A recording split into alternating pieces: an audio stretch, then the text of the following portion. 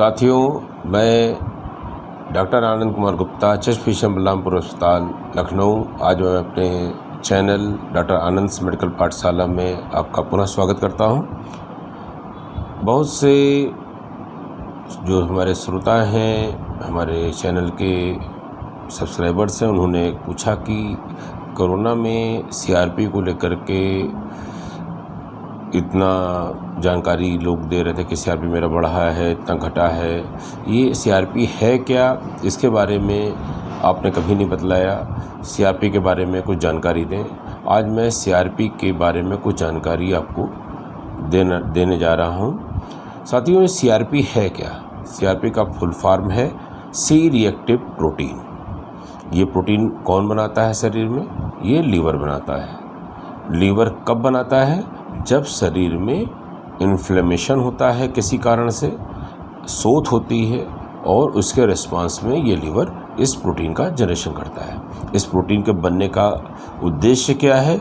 ये जो मर रही या मर गई सेल्स होती हैं, डेथ एंड डिके के बाद उनको शरीर से बाहर निकालने में मदद करती है। ये नॉन स्पेसिफिक इंडिकेटर है इन्फ्लेमेशन का। मतलब ये शरीर में कहीं किसी अंग में इन्फ्लेमेशन चल रहा है, सोथ चल रही है, ये तो बतलाती है, लेकिन ये नहीं बताती किस अंग में चल रही है। और ये जब बढ़ी हुई होती है नॉर्मल से, तो ये बतलाती है कि या तो इसमें कोई इंजरी हुई है शरीर में, या कोई इन्फेक्शन हुआ है, या कोई इन्फ्लेमेशन प्रोसेस चल रहा है। इन्फ्लेमेशन प्रोसेस नॉन इन्फेक्टिव, जैसे auto immune diseases like rheumatoid arthritis, या दूसरी तरीके की आर्थराइटिस होती हैं, एसएलई होती है, इस तरह की बीमारियाँ होती हैं।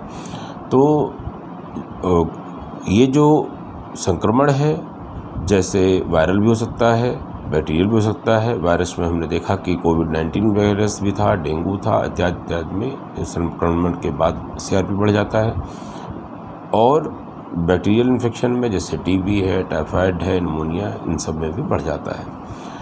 बहुतेरी बीमारियां हैं जो ऑटोइम्यून डिजीज़ में आती हैं या संक्रमण में आती हैं, जैसे किडनी की बीमारियां, गुर्दे की बीमारियां, जिनको हिंदी में कह सकते हैं लीवर की बीमारियां, और विभिन्न तरह के कैंसर्स, स्किन में psoriasis, allergies, asthma, diabetes, colitis, Crohn's disease, इन सब बीमारियों में ये सब बढ़ जाती हैं। कुछ नॉर्मल फिजियोलॉजिकल चेंजेस भी होते हैं जिनमें ये बढ़ जाती हैं। इसलिए ध्यान रखना होता है सीआरपी को इंटरप्रेट करते वक्त। ये बढ़ी हुई सीआरपी कहीं इन कारणों से तो नहीं है, हम बीमारी समझ बैठें। जैसे प्रेगनेंसी में सीआरपी बढ़ी होती है, जैसे ओबेसिटी में सीआरपी बढ़ी होती है, और जो औरतें बर्थ कंट्रोल पिल्स ले रही होती हैं उनमें भी ये बढ़ी होती है।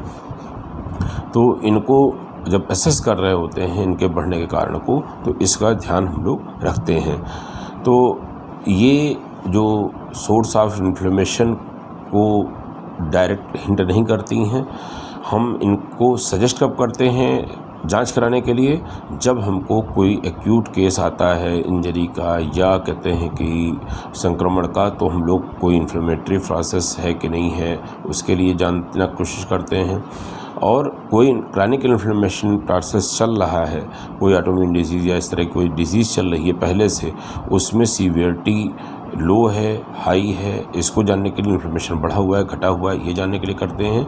और इसको हम risk of heart disease, stroke disease के असेसमेंट में भी करते हैं। आइए हम समझें ये कैसे हम इसको जानते हैं। इसकी जो नॉर्मल वैल्यू होती है आमतौर पर 1 मिलीग्राम पर लीटर से कम होती है, और 1 से लेकर के 10 मिलीग्राम पर लीटर तक हम इसको, मतलब यानी कि सब क्लिनिकल इन्फ्लेमेशन कहीं चल रहा है जिसमें मुख्यतः 5 अंग होते हैं, उन 5 अंगों में इसको ध्यान देते हैं कि इनमें बीमारी तो नहीं जिसकी वजह से चल रहा हो। जैसे वो स्किन डिजीज़ हो सकती है, कोई जिसको के बारे में लक्षण ना मिल रहे हों, कोई आई डिजीज़ हो सकती है जिसमें लक्षण ना मिल रहे हों, हार्ट डिजीज़ हो सकती है जिसमें लक्षण ना मिल रहे हों, कोई अपरजीआई बीमारी हो सकती है जिसमें लक्षण ना मिल रहे हों, लीवर की डिजीज़ हो सकती है जिसमें लक्षण ना मिल रहे हों। तो अगर हमको CRP बढ़ी मिल रही है, कोई बीमारी नज़र नहीं आ रही है, स्क्रीनिंग में पता लग गया है, तो इन 5 अंगों पे ध्यान देना पड़ेगा कि जहाँ पर ये इन्फ्लेमेशन हो सकता है। 10 से ऊपर में तो किसी न किसी अंग में आपको लक्षण मिल ही जाएंगे जिसकी वजह से CRP बढ़ रही होगी। तो बीमारी को ट्रेस करने के लिए हमें इन इंडिकेटर्स का उपयोग करना पड़ता है। साथियों, इन्फ्लेमेशन को जानने के लिए कुछ और पैरामीटर्स भी होते हैं, संदर्भ है इसलिए बता रहा हूँ। जो एक होता है एरिथ्रोसाइट सेडिमेंटेशन रेट, जिसको ESR कहते हैं। ये भी इन्फ्लेमेशन का बढ़ा हुआ बताता है, और इन्फ्लेमेशन जब बढ़ा होता है तो प्लेटलेट भी कम हो जाती हैं। ये सब क्रूड इंडिकेटर्स हैं इन्फ्लेमेशन की तरफ इशारा करने के लिए। और एक टेस्ट होता है प्रोकैल्सिटोनिन, जो सेप्सिस में, सेप्टिसीमिया में बढ़ जाता है।